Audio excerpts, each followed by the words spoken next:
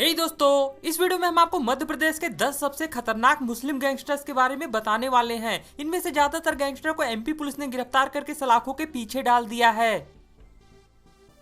इस लिस्ट में पहले नंबर पर नाम आता है भोपाल के कुख्यात गैंगस्टर यासीन मलिक का। इसने दिसंबर 2022 में एक छात्र का अपहरण करने के बाद उसकी जमकर पिटाई की और उसके बाद उसे अधमरा हालत में एक सुनसान सड़क पर फेंक दिया। इसके बाद उस छात्र द्वारा पुलिस में शिकायत करने के बाद यासीन मलिक को गिरफ्तार कर लिया गया, पर कुछ समय जेल में रहने के बाद ये जमानत पर बाहर आ गया। सितंबर 2023 में इसने अपने साथियों के साथ मिलकर एक व्यापारी के पिता पर हॉकी से जानलेवा हमला किया। इसके बाद इस पर हत्या के प्रयास का मामला दर्ज हुआ। इस घटना के 7 दिन बाद ही भोपाल पुलिस ने यासीन मलिक और उसके साथियों को गिरफ्तार कर लिया। इसके बाद पुलिस ने इसकी पैदल परेड भी निकाली थी। इसके बाद इस लिस्ट में 9वें नंबर पर नाम आता है जबलपुर के कुख्यात गैंगस्टर सरताज का। इस पर हत्या के प्रयास, मारपीट और अपहरण के कुल 20 से ज्यादा आपराधिक मामले दर्ज हैं। यह जबलपुर के टॉप गैंगस्टर अब्दुल रज्जाक का बेटा है। सरताज पर शहर में दंगा फैलाने की कोशिश करने का मामला भी दर्ज है। इसी वजह से इस पर एनएसए के तहत भी कार्रवाई की जा चुकी है। अगस्त 2021 में इसके साथियों ने एक व्यक्ति की जमकर पिटाई की और इसकी कार का शीशा तोड़ दिया। इसके बाद उस व्यक्ति ने सरताज और उसके साथियों की पुलिस में रिपोर्ट लिखा दी। जैसे ही पुलिस ने सरताज पर शिकंजा कसना शुरू किया, वह दुबई भाग गया। इसके बाद सरताज के खिलाफ रेड कॉर्नर नोटिस जारी किया गया है। इस लिस्ट में 8वें नंबर पर नाम आता है भोपाल के कुख्यात गैंगस्टर जुबेर मौलाना का। इस पर शहर के अलग अलग थानों में कुल 60 से ज्यादा आपराधिक मामले दर्ज हैं। सितंबर 2023 में इसके कहने पर इसके साथियों ने नफीस खान पर गोली चलाई। इसी केस के सिलसिले में इसे अक्टूबर 2023 में गिरफ्तार किया गया। कुछ समय जेल में रहने के बाद यह जमानत पर बाहर आ गया। सितंबर 2024 में इसने एक व्यापारी को फोन पर 1 लाख की रंगदारी मांगी और पैसे न देने पर इसने उस व्यापारी को जान से मारने की धमकी दी। व्यापारी द्वारा पुलिस में रिपोर्ट लिखाने के बाद से यह फरार चल रहा है।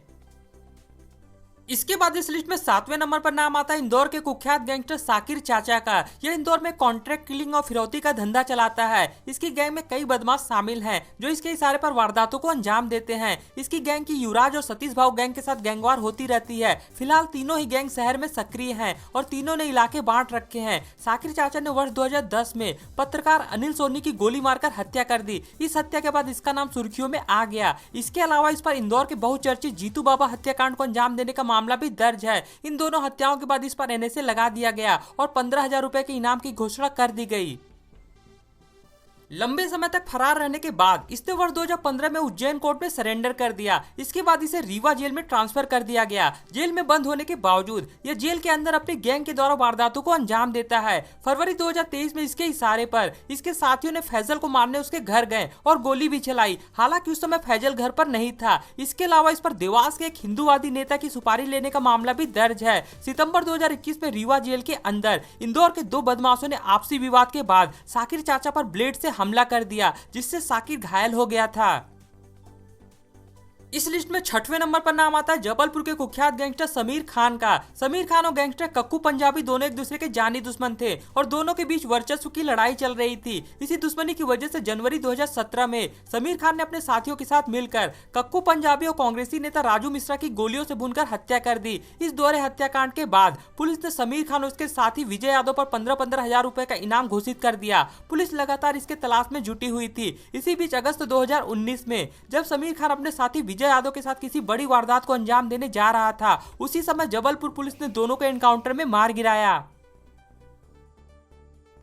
इसके बाद इस लिस्ट में 5वें नंबर पर नाम आता है छतरपुर के कुख्यात गैंगस्टर जफ्फू खान का। इस पर शहर के अलग अलग थानों में कुल 30 से ज्यादा आपराधिक मामले दर्ज हैं। वर्ष 2021 में इस पर हत्या के प्रयास का मामला दर्ज हुआ, जिसके बाद से यह फरार चल रहा था। इसी वजह से इस पर 20,000 रुपए का इनाम घोषित कर दिया गया। दिसंबर 2021 में जिला प्रशासन ने इसके अवैध निर्माण पर कार्रवाई करते हुए इसके घर को गिराकर खंडहर बना दिया। 3 साल तक फरार रहने के बाद मई 2024 में गुप्त सूचना के आधार पर इसे सागर से गिरफ्तार कर लिया गया। इसके बाद पुलिस ने इसकी पैदल परेड भी निकाली थी।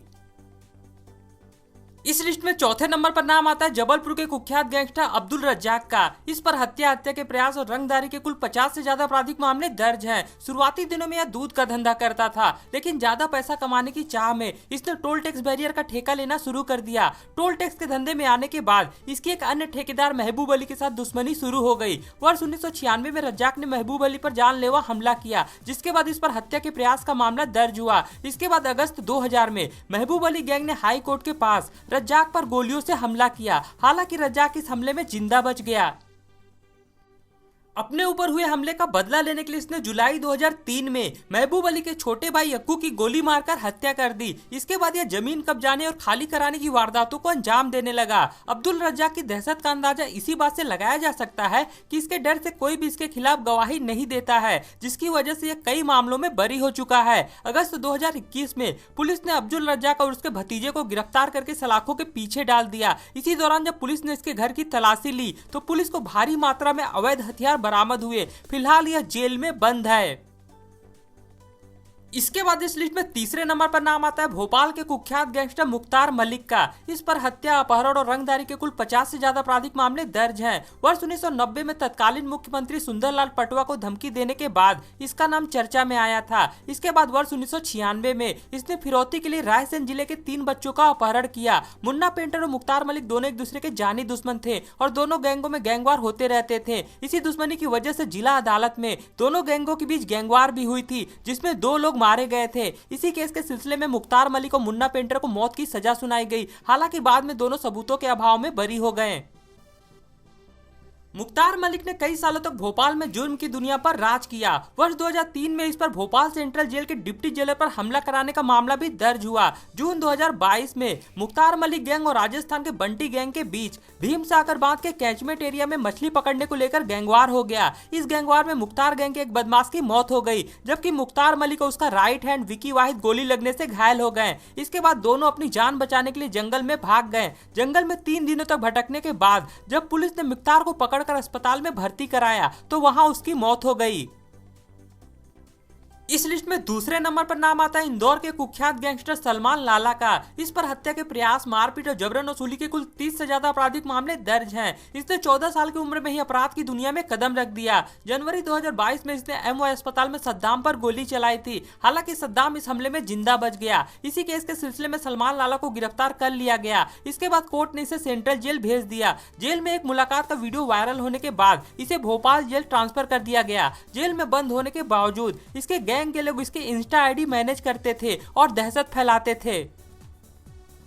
सितंबर 2023 में सलमान लाला गैंग के बदमाशों ने इंदौर के कबूतर खाना इलाके में विवाद के बाद एक युवक की हत्या कर दी। इस वारदात के बाद इंदौर पुलिस ने घटना में शामिल बदमाशों को गिरफ्तार कर लिया। इसके अलावा सलमान लाला पर एक फाइनेंसर की हत्या करने का मामला भी दर्ज है। मार्च 2024 में क्राइम ब्रांच और इंदौर पुलिस की संयुक्त कार्रवाई के बाद सलमान लाला को गिरफ्तार कर लिया गया। गिरफ्तारी के समय पुलिस को इसके पास से एक पिस्टल बरामद हुई थी। आपको बता दें कि जैसे ही पुलिस इसे गिरफ्तार करने आई तो इसने पुलिस को धक्का देकर उस पर बंदूक तान दी। हालांकि इसके बावजूद पुलिस ने इसे गिरफ्तार कर लिया। इसके बाद इस लिस्ट में पहले नंबर पर नाम आता है उज्जैन के कुख्यात गैंगस्टर शाहनवाज का। शाहनवाज और दुर्लभ कश्यप दोनों एक दूसरे के जानी दुश्मन थे और दोनों गैंगों में गैंगवार होते रहते थे। सितंबर 2020 की एक रात दुर्लभ कश्यप अपने साथियों के साथ हेलावाड़ी की एक चाय की दुकान पर आया। उसी चाय की दुकान पर शाहनवाज अपने साथियों के साथ मौजूद था। इसी बीच दुर्लभ और शाहनवाज में किसी बात को लेकर विवाद हो गया, जिसके बाद दुर्लभ ने बंदूक निकालकर शाहनवाज को गोली मार दी, जिससे शाहनवाज घायल हो गया। इसके बाद शाहनवाज के साथियों ने दुर्लभ को घेर लिया और चाकुओं से गोद कर उसकी हत्या कर दी। इस हत्या के बाद पुलिस ने शाहनवाज और उसके साथियों को गिरफ्तार करके जेल में डाल दिया। कुछ साल जेल में रहने के बाद शाहनवाज जमानत पर बाहर आ गया। दिसंबर 2023 में जब यह अपने साथियों के साथ कोर्ट में पेशी देने के बाद वापस लौट रहा था, उसी समय दुर्लभ कश्यप गैंग के बदमाशों ने इसकी कार पर गोलियों से हमला किया। हालांकि इस हमले में शाहनवाज को गोली नहीं लगी। आपको बता दें कि दुर्लभ कश्यप की हत्या के बाद से दुर्लभ कश्यप गैंग के बदमाश शाहनवाज से बदला लेना चाहते हैं। इसी वजह से दोनों गैंग के बदमाश सोशल मीडिया पर वीडियो अपलोड कर एक दूसरे को जान से मारने की धमकी देते हैं।